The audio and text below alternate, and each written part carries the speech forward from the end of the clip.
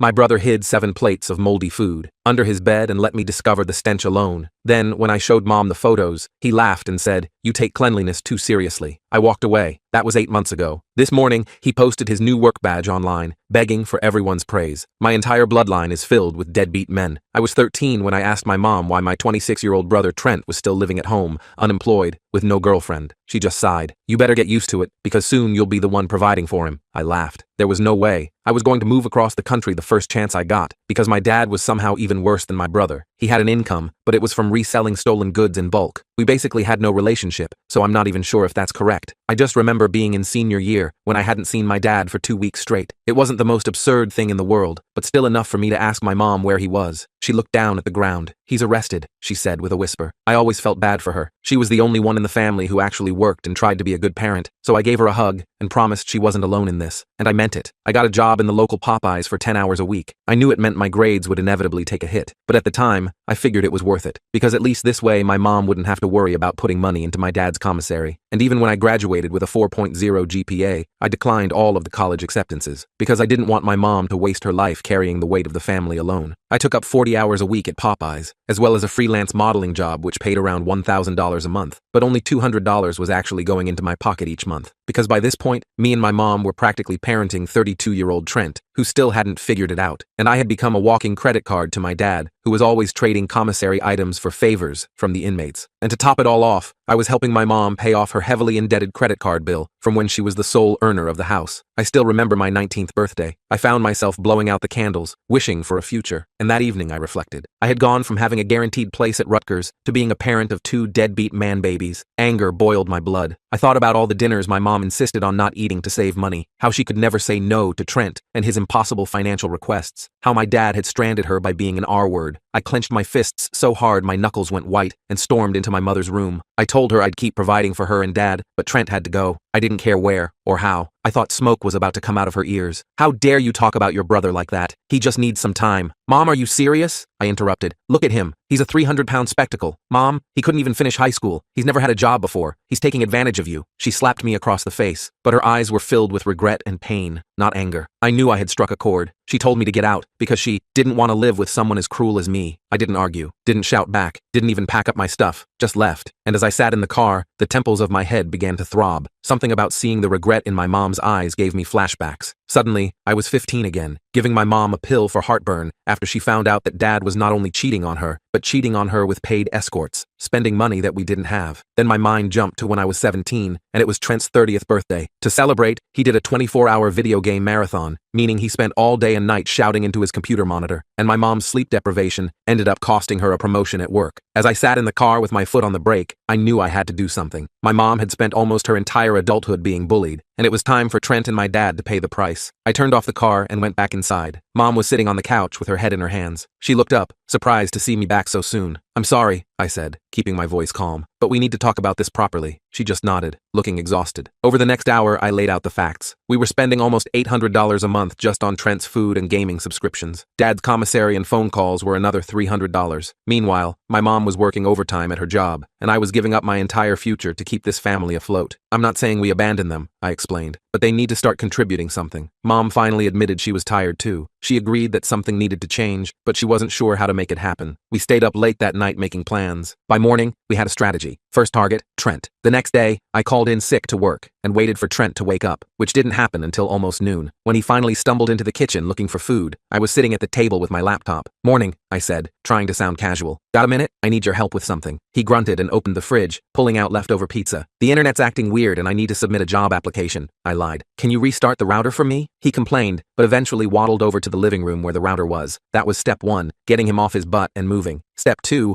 was getting him interested in something besides video games. "Actually, while you're up, can you help me with this application? It's for a game testing position." That got his attention. Trent loved video games more than anything. "Game testing? Like playing games before they come out?" he asked, suddenly more alert. "Yeah, they pay $18 an hour just to find bugs and stuff, but I don't really have time for it with my Popeyes schedule." I watched as his eyes lit up. For the first time in years, Trent looked interested in something that could potentially earn money. I showed him the application, which was real. I'd found it online that morning. He actually sat down and started reading through it. "You think I could do this?" he asked, sounding uncertain. "Probably better than me," I said truthfully. "You play way more games than I do." He ended up taking over my laptop and spending the next hour filling out the application. I didn't tell him that the chances of getting the job were slim or that it required actual skills beyond just playing games. The important thing was that he was doing something productive for once. While he was distracted, I cleared out his room. I didn't throw anything away, but I organized his mess and found 7 plates with moldy food under his bed. The smell was horrific. I took pictures on my phone as evidence. When Mom got home from work, I showed her the pictures. She looked sick. "He's been living like this? In my house?" she whispered. "For years," I confirmed, "and we've been enabling it." That night, Mom did something I never thought I'd see. She sat Trent down and told him things were changing. He would need to start contributing to the household, either with money or by taking over certain responsibilities. And his room needed to stay clean, or he'd be looking for somewhere else to live. Trent threw a massive tantrum. He screamed about how we didn't understand him, how he was networking with his online friends, how he just needed more time to figure things out. But Mom stood firm. I stayed quiet, letting her take the lead. This was her house after all. 1 month, she told him. "You have 1 month to either get a job or start helping around here in a meaningful way." I could tell from his face that he didn't believe her. He thought this was just another empty threat, but I knew different. I'd seen the look in my mom's eyes when she saw those moldy plates. Something had finally broken inside her. With Trent somewhat handled for now, it was time to focus on Dad. This was going to be trickier since he was behind bars and had a lot more experience manipulating Mom than Trent did. I decided to visit him alone the next weekend. The prison was about an hour away, and I'd only been there twice before. I hated everything about the place. The smell, the sounds, the depressing atmosphere, but I needed to look him in the eye when I told him things were changing. When Dad walked into the visiting area, he looked surprised to see just me. "Where's your mom?" he asked, sitting down across from me. "Working," I said. "Someone has to pay the bills." He frowned but didn't say anything. "Dad, we need to talk about money," I started. "Mom and I can't keep sending so much every month." He immediately launched into his usual speech about how hard prison life was, how he needed the commissary money for protection, how he was doing important networking inside that would pay off when he got out. It was the same story he'd been feeding Mom for years. I let him finish before I dropped the bomb. "I know about the gambling," I said quietly. His face changed instantly. He'd been using most of the commissary money to place bets with other inmates. A former cellmate of his had called our house a few months back looking for him, and ended up telling me everything when he realized Dad was still inside. "That's not true," Dad sputtered, but I knew from his expression that I was right. "Here's how it's going to be," I continued. "We'll send enough for basic necessities, nothing more. If you need extra stuff, you can sign up for prison work programs like everyone else." He switched tactics, trying to guilt me about being a bad daughter, abandoning him when he needed family the most, but I just stared him down until he ran out of steam. "Mom doesn't know about the gambling yet," I said as I stood up to leave, "but she will if you keep pushing us for more money." I walked out feeling both terrible and relieved. I'd never stood up to my dad before. Part of me felt guilty for threatening him, but a bigger part felt like I was finally doing something right. When I got home, I found Mom and Trent arguing again. Apparently, he'd decided that his contribution to the household would be managing our social media presence, whatever that meant. Mom looked at me with pleading eyes when I walked in. I could tell she was already backing down from the boundaries she'd set. This was going to be harder than I thought. I jumped in before Mom could give in to Trent's latest scheme. "Social media presence? What does that even mean, Trent?" He looked annoyed that I was questioning his brilliant idea. "You know, like managing our family brand online. It could lead to sponsorships and stuff." I had to bite my tongue to keep from laughing. "We're not the Kardashians. We're a regular family trying to pay bills." Mom sighed and sat down at the kitchen table. It was obvious she was tired of fighting. She'd been battling these guys for decades, and her energy was completely drained. "Look," I said, trying a different approach. "Why don't we make a list of actual household tasks that need doing? Then Trent can pick which ones he wants to handle." Trent groaned dramatically, but didn't immediately shoot down the idea, which I took as progress. Mom looked relieved that I was taking over the negotiation. We spent the next hour creating a chore chart like we were dealing with a 10-year-old instead of a 32-year-old man. Trent agreed to take out the trash twice a week and do the dishes every other day. It wasn't much, but it was something. The next morning, I woke up to the sound of my phone buzzing with a text from an unknown number. It was from Richard, one of Dad's prison buddies. Apparently Dad had given him my number. The message read, "Your dad needs to talk to you. It's urgent. Call him today." I deleted it without responding. This was exactly the kind of manipulation I was trying to break free from. If it was truly urgent, the prison would contact us directly. I had a morning shift at Popeyes that day. When I got home around 3 p.m.,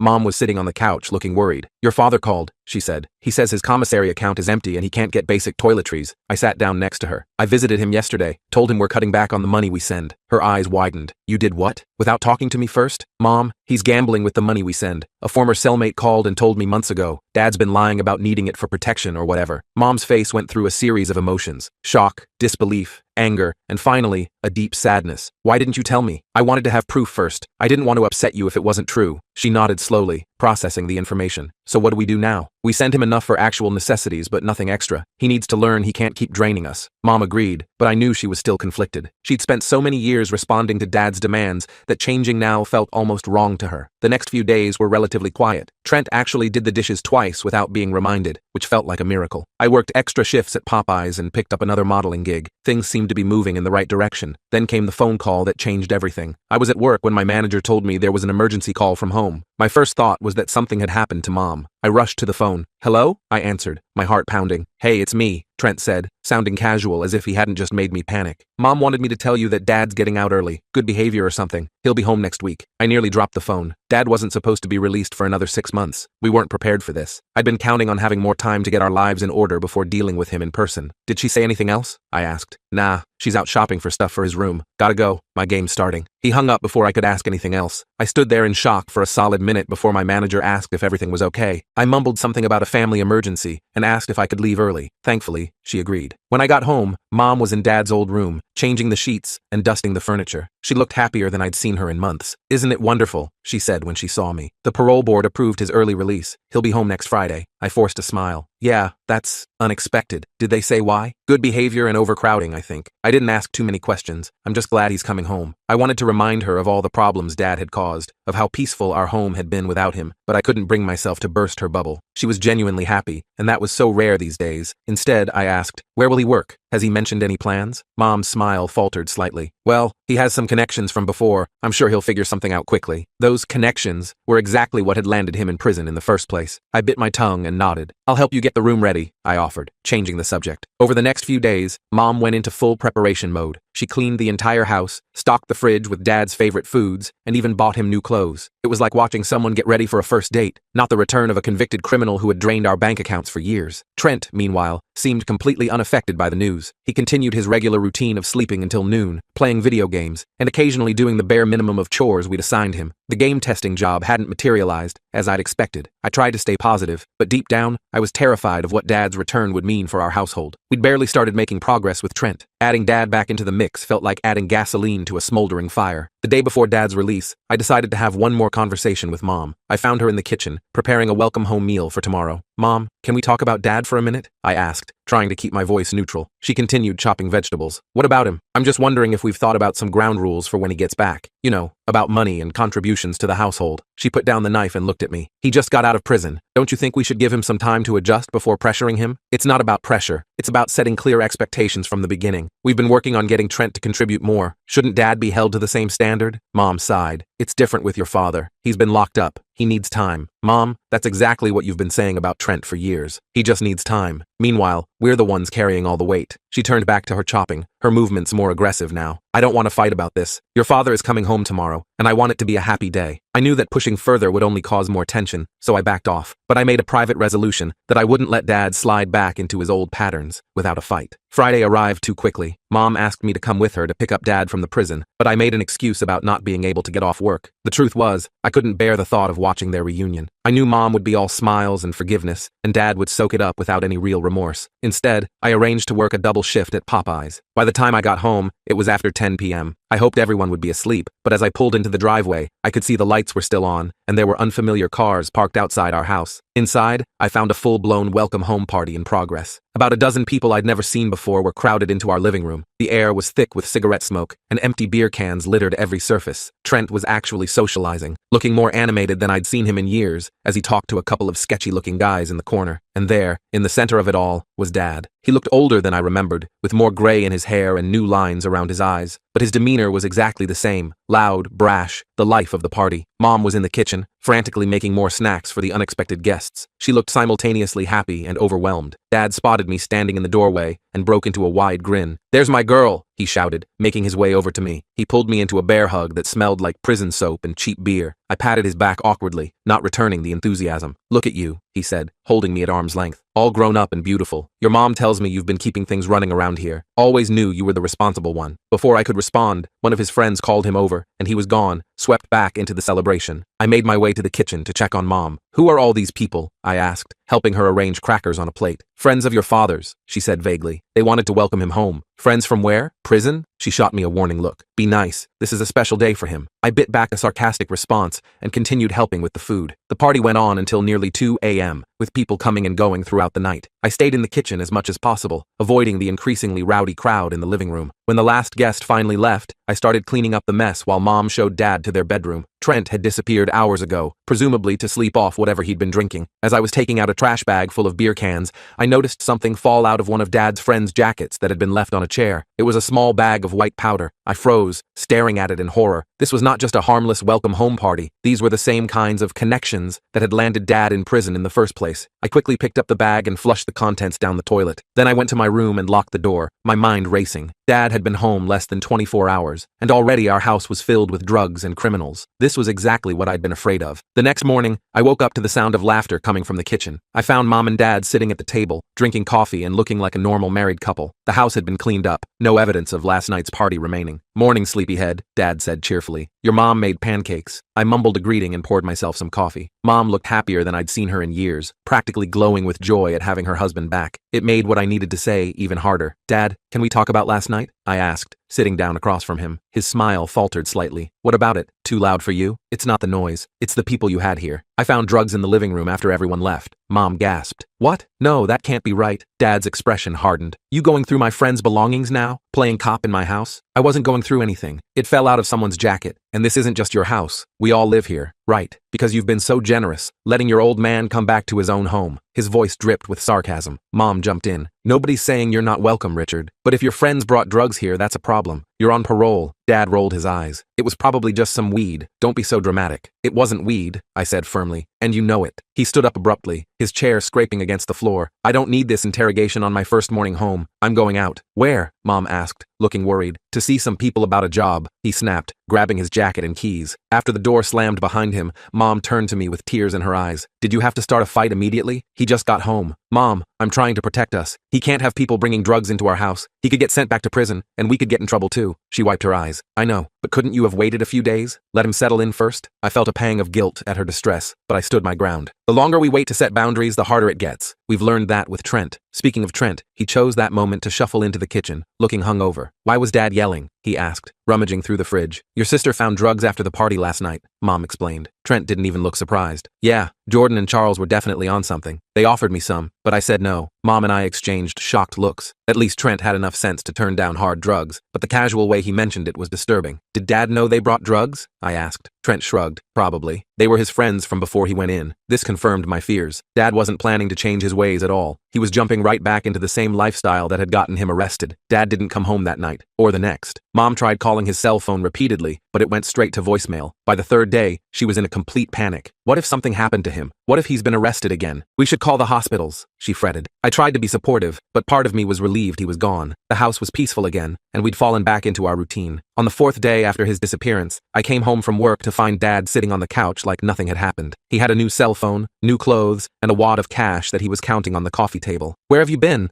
I demanded. "Mom's been worried sick." He barely looked up. "Taking care of business. Where is she anyway?" "At work, like she always is, supporting this family." He finally glanced up at me, his eyes cold. "You got a real attitude problem, you know that? I'm back now. I'll take care of things." "With what? More stolen goods? More drug deals?" He stood up, towering over me. "Watch your mouth. What I do is my business." I refused to be intimidated. Not when it affects all of us. Not when you could get arrested again and leave Mom to pick up the pieces. We stood there glaring at each other until the front door opened, and Mom walked in. Her face lit up when she saw Dad. "Richard, oh thank God," she cried, rushing over to hug him. "Where have you been?" I was so worried. His entire demeanor changed instantly. He became the loving husband, full of apologies for making her worry. He spun some story about reconnecting with an old friend who offered him a job in construction, how he'd been staying with him to discuss the details, how his phone had died. Mom believed every word, or at least she wanted to believe it badly enough that she didn't question the obvious lies. I watched in frustration as she forgave him completely, no questions asked. Over the next few weeks, a pattern emerged. Dad would disappear for days at a time, then return with unexplained money and gifts. He never contributed to bills or groceries, but he'd occasionally bring home expensive steaks or electronics that fell off a truck. Mom accepted these gifts gratefully, as if they somehow made up for his absence and lack of real support. Meanwhile, Trent had regressed completely. With Dad back in the picture, he stopped even pretending to help around the house. The two of them would stay up late drinking beer and watching TV, sleeping until noon while Mom and I continued working our jobs and maintaining the household. It was like all our progress had been erased overnight. I felt defeated and angry, watching Mom fall back into her old patterns of enabling both of them. One evening, about a month after Dad's return, I came home to find a strange car in our driveway and raised voices coming from inside. I entered cautiously to find Dad arguing with a man I'd never seen before. They both fell silent when they saw me. Everything okay? I asked, looking between them. Fine, Dad said tersely. Riley here was just leaving. The man, Riley, looked at me with an odd expression, somewhere between pity and warning. Yeah, all good. Your dad and I just had a misunderstanding about some money. After he left, I confronted Dad. What was that about? Nothing for you to worry about, he said dismissively. But I did worry. The incident with Riley was just the beginning. Over the next few weeks, more strangers showed up at our house looking for Dad. Sometimes he'd meet them outside for quick, tense conversations. Other times, they'd come inside and disappear into the basement with him for hours. Mom pretended not to notice, but I knew she was becoming anxious again. The bags under her eyes got darker, and her smile became forced. She was working extra shifts to cover the increased expenses of having Dad and his friends around constantly. I decided to do some digging. One afternoon when Dad was out, I went through his things. Hidden in his closet, I found a burner phone different from the one he normally used. Scrolling through the texts, I saw messages about product, deliveries, and payments. It was clear he was dealing again. I took photos of the messages as evidence, then put the phone back exactly where I'd found it. I didn't know what I was going to do with this information yet, but I needed proof in case things got worse. And they did get worse. Much worse. One night around 2 a.m.,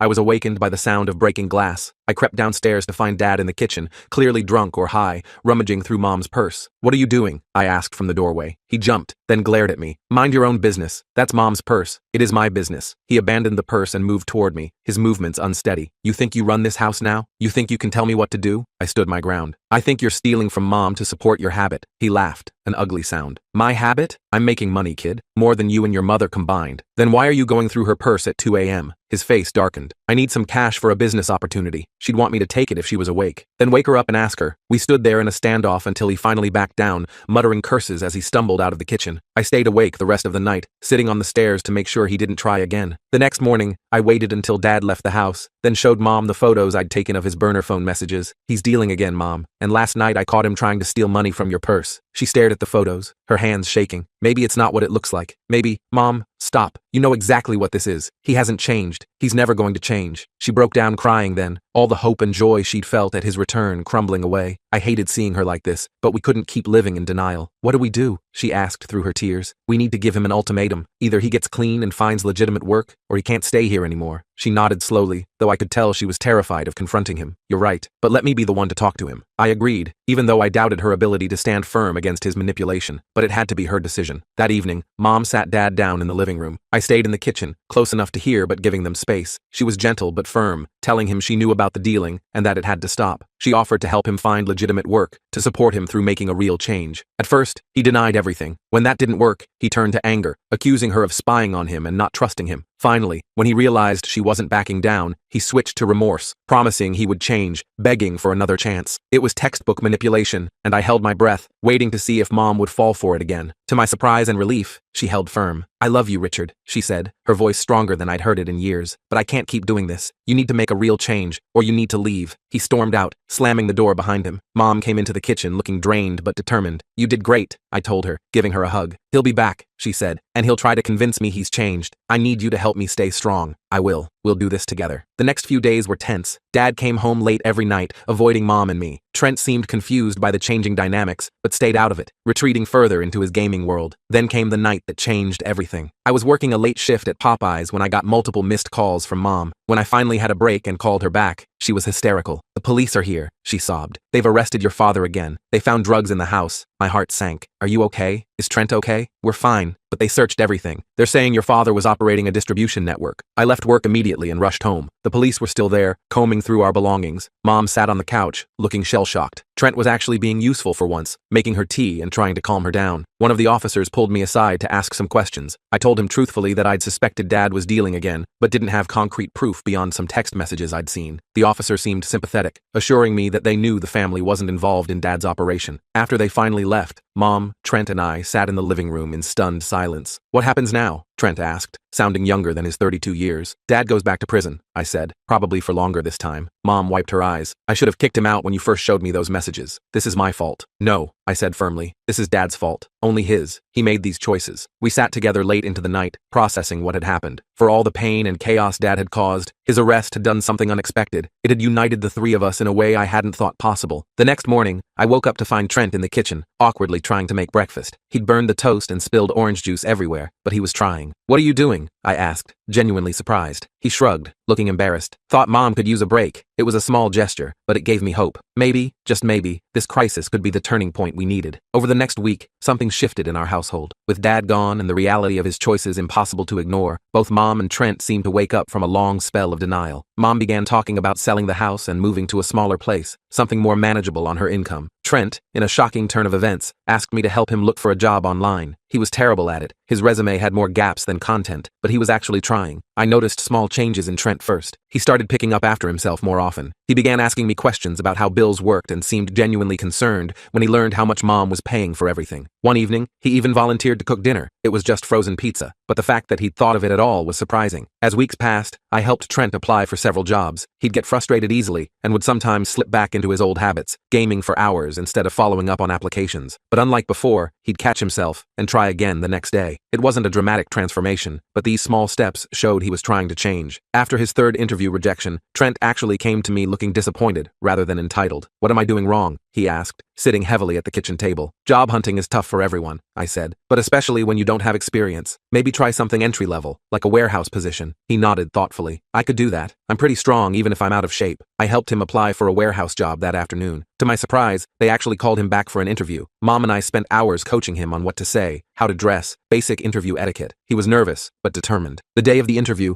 Trent actually got up early, showered, and put on the clean clothes we'd picked out. How do I look? He asked anxiously. Like someone who wants a job, I answered honestly. That's all that matters. To everyone's surprise, especially his own, he got the job. It was entry-level, minimum wage, and only part-time to start, but it was a real job with a real paycheck. The first day he came home from work, sweaty and exhausted but oddly proud, I felt a glimmer of hope that maybe our family could actually heal from the mess Dad had created. Of course, it wasn't all smooth sailing. Trent complained constantly about how hard the work was. There were mornings he tried to call in sick because he'd stayed up too late gaming, but Mom and I stood firm, united in our insistence that he needed to follow through on his commitments. As for Dad, he was facing serious charges. His lawyer, a public defender, told us he was looking at a minimum of 5 years, possibly more. Mom went to visit him once at the detention center, but came back resolved to file for divorce. I can't do this anymore, she told me. I've spent my whole life waiting for him to change. I'm done waiting. I hugged her tight, proud of her strength, and relieved that she was finally choosing herself. The weeks turned into months. We sold the big house and moved into a 3-bedroom apartment that was easier to maintain and much cheaper. Trent continued working at the warehouse, eventually moving up to full-time. He was far from independent. He still lived with us and needed frequent reminders about basic adult responsibilities, but he was contributing. Mom seemed years younger without the constant stress of Dad's chaos. She even started dating again, meeting a kind widower named Charles through a friend at work. The first time she brought him home for dinner, I nearly cried seeing how respectfully he treated her, how he actually listened when she spoke. As for me, I finally had the space to think about my own future. I enrolled in community college part-time at 19, starting the education I'd put on hold. It wasn't Rutgers, but it was a beginning. One evening, about 6 months after Dad's arrest, I was studying at the kitchen table when Mom came home from a date with Charles, practically glowing with happiness. "Good night?" I asked, smiling at her obvious joy. She nodded, sitting down across from me. "Charles asked me to go on a weekend trip with him next month." "That's great, Mom. You should go. But what about you and Trent? What about the apartment?" I laughed. "Mom, I'm 19, not 9, and Trent is a grown man who can microwave his own meals for a weekend. We'll be fine." She reached across the table and squeezed my hand. "When did you get so mature?" "Probably around the time I realized I was the only adult in this family," I joked, but then turned serious. "You deserve this, Mom. You deserve to be happy." She wiped away a tear. "I'm sorry you had to grow up so fast. I should have been stronger sooner." "Hey, we got here eventually. That's what matters." As I watched her plan her weekend getaway with the excitement of a teenager, I felt like things were finally turning around for us. Like maybe we'd broken the cycle of deadbeats and enablers that had defined our family for so long. But life has a way of testing you just when you think you've got things figured out. About a week before Mom's trip with Charles, I came home from class to find Trent pacing nervously in the living room. He jumped when I walked in, which immediately set off alarm bells. "What's wrong?" I asked, dropping my backpack on the floor. "Nothing," he said way too quickly. "Everything's cool." I gave him my best, "I'm not buying it" look, and he cracked like an egg. "Okay, so I might have done something stupid," he admitted, running his hands through his greasy hair. "Remember those guys Dad used to hang out with? Jordan and them?" My stomach dropped. "Please tell me you haven't been talking to them." "It wasn't like that. Jordan reached out to me on Facebook, said he had some of Dad's stuff he wanted to return, said it was valuable." "And you believed him?" I couldn't keep the anger out of my voice. Trent looked at the floor. "He came by earlier today, dropped off a package." "Where is it?" I demanded. Trent pointed to a shoebox on the coffee table. I approached it cautiously, like it might contain a bomb. In a way, it did. When I opened it, I found a series of small plastic bags filled with white powder and pills, along with a burner phone. "Are you kidding me?" I hissed. "You let Dad's drug buddies use you as a drop point?" Trent's face went pale. "I didn't know what was in it."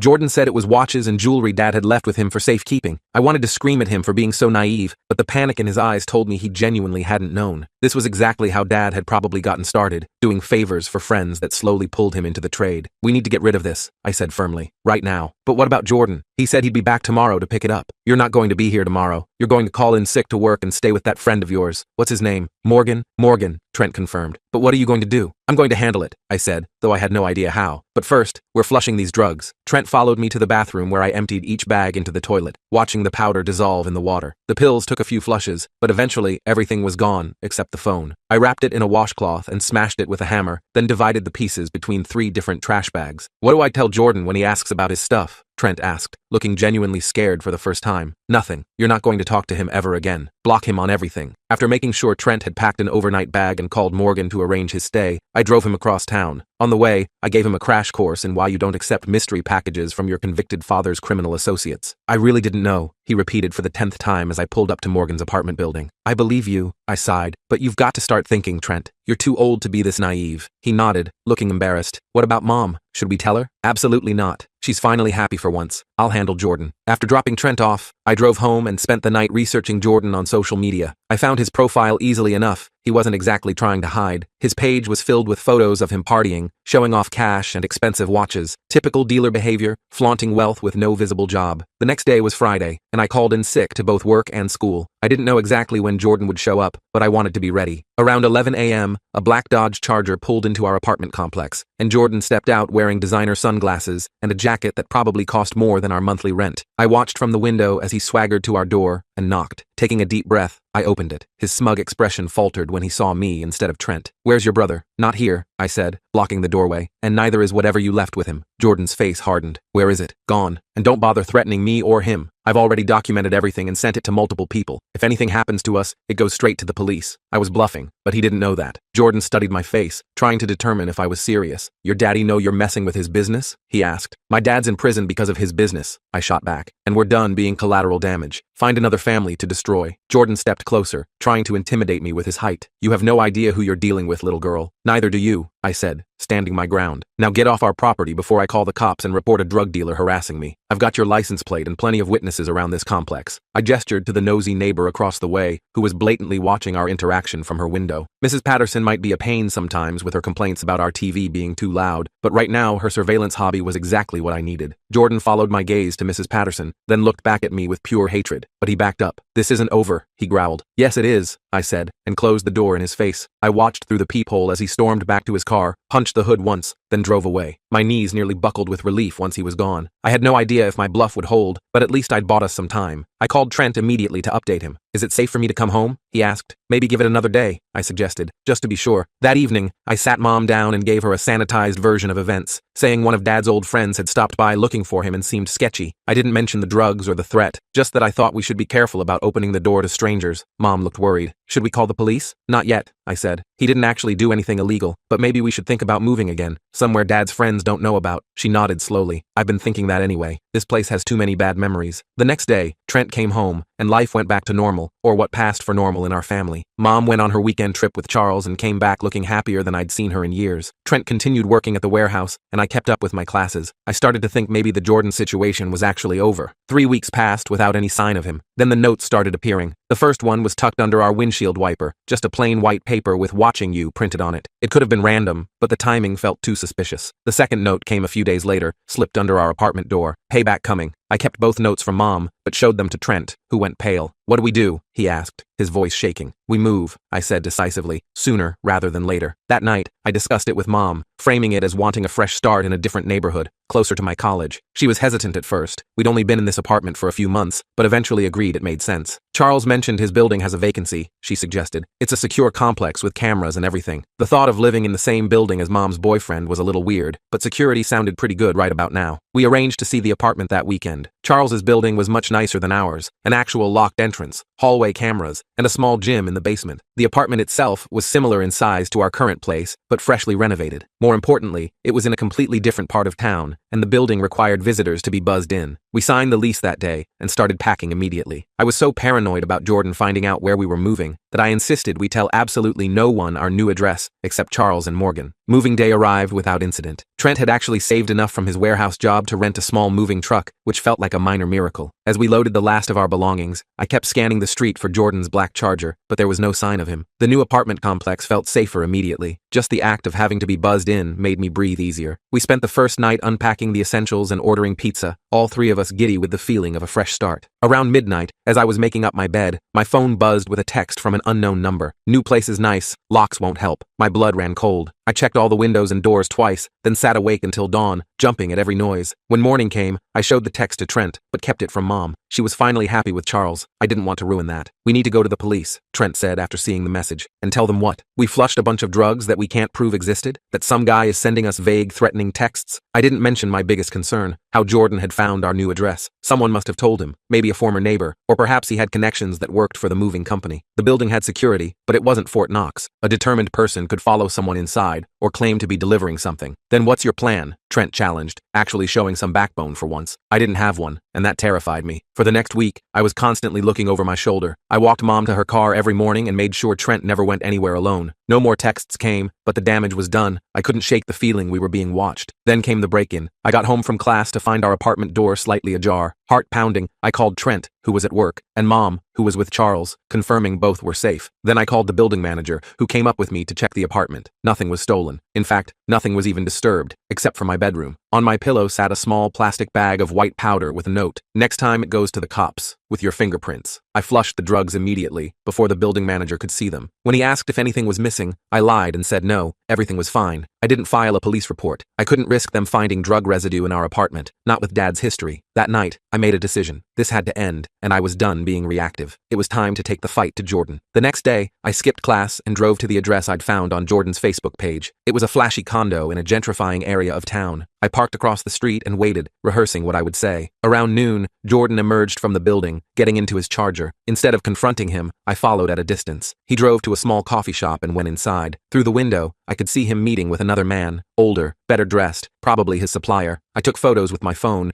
making sure to get clear shots of both their faces. Then I continued following Jordan throughout the day, documenting his stops at what were obviously drop points for his dealing operation. By evening, I had dozens of photos, timestamps, and addresses, enough evidence to cause serious problems for Jordan if it fell into the right hands. That night, I created a secure email account and sent Jordan a message with just one photo attached, him handing a package to a teenage kid behind a convenience store. The subject line read, "I have more. Leave us alone, or these go to Detective Williams." Detective Williams was the officer who had arrested my dad. I figured his name would carry weight. 2 days passed with no response. I was starting to think my plan had failed when I got a text from the same unknown number. "Deal. Disappear from my life, I'll disappear from yours." I didn't respond, but I saved the message, just in case. A month went by with no further contact from Jordan. The threatening texts stopped. No more break-ins or notes. I still checked over my shoulder constantly, but gradually, the knot in my stomach began to loosen. Trent continued surprising me with his commitment to the warehouse job. He'd been promoted to shift lead and was talking about getting his GED. Mom spent more and more time with Charles, eventually staying at his place most nights. Our new apartment began to feel like a real home. As for me, I threw myself into my classes, determined to make up for lost time. I'd switched my major to social work, inspired by everything we'd been through. Maybe I could help other families break their own cycles of dysfunction. 6 months after the Jordan incident, Mom announced she and Charles were getting married. It was fast, but I'd never seen her so happy. The wedding was small, just us, Charles's adult children, and a few friends from work. Trent actually wore a tie and behaved like a normal human being throughout the ceremony. At the reception, as I watched Mom and Charles slow dancing, Trent came to stand beside me. "We did it," he said quietly. "Did what?" "Got her out. Got ourselves out." He nodded toward Mom. "Look at her. I've never seen her smile like that." I studied my brother's face, realizing he'd lost weight and gained some confidence. The perpetual boy was finally becoming a man, years later than he should have. "You know," he continued, "I always thought I'd end up exactly like Dad. It seemed, I don't know, inevitable or something, but maybe not." "Definitely not," I said firmly. "That's not who you are anymore." He clinked his water glass against mine. "Thanks for not giving up on me, even though I was a total waste of space. You're my brother," I said simply, "even when you were driving me crazy." Shortly after the wedding, Mom moved in with Charles permanently. Their condo was too small for all of us, so Trent and I kept the apartment. To my shock, he consistently paid his half of the rent on time. We weren't exactly close, too much history for that, but we developed a decent roommate relationship. Dad reached out from prison occasionally with letters full of excuses and manipulation. I read the first few, then started throwing them away unopened. Mom filed for divorce and was granted it without contest. She kept her new married name, eager to shed the last connection to her old life. A year after we'd fled our old apartment, I got an unexpected text from a former classmate. Jordan had been arrested in a major drug bust. His supplier had flipped on everyone, and Jordan was looking at serious time, possibly in the same prison as my dad. The irony wasn't lost on me. That night, I deleted all the photos I'd taken of Jordan's dealing operation. I didn't need that insurance policy anymore. We were finally free, from Dad, from Jordan, from the weight of generations of deadbeat men. My bloodline might be filled with losers and criminals, but that legacy ended with me. I was charting a new course, one class at a time. Trent was rewriting his story too, in his own way. And Mom? She was finally living the life she deserved, with a man who treated her with respect. As for me, I still worked at Popeyes while taking classes, but now I was saving for myself, not supporting the dead weight of my family. I had plans, real plans, for my future. Maybe I'd never get to Rutgers, but I'd find my own path. The cycle was broken, and that was enough.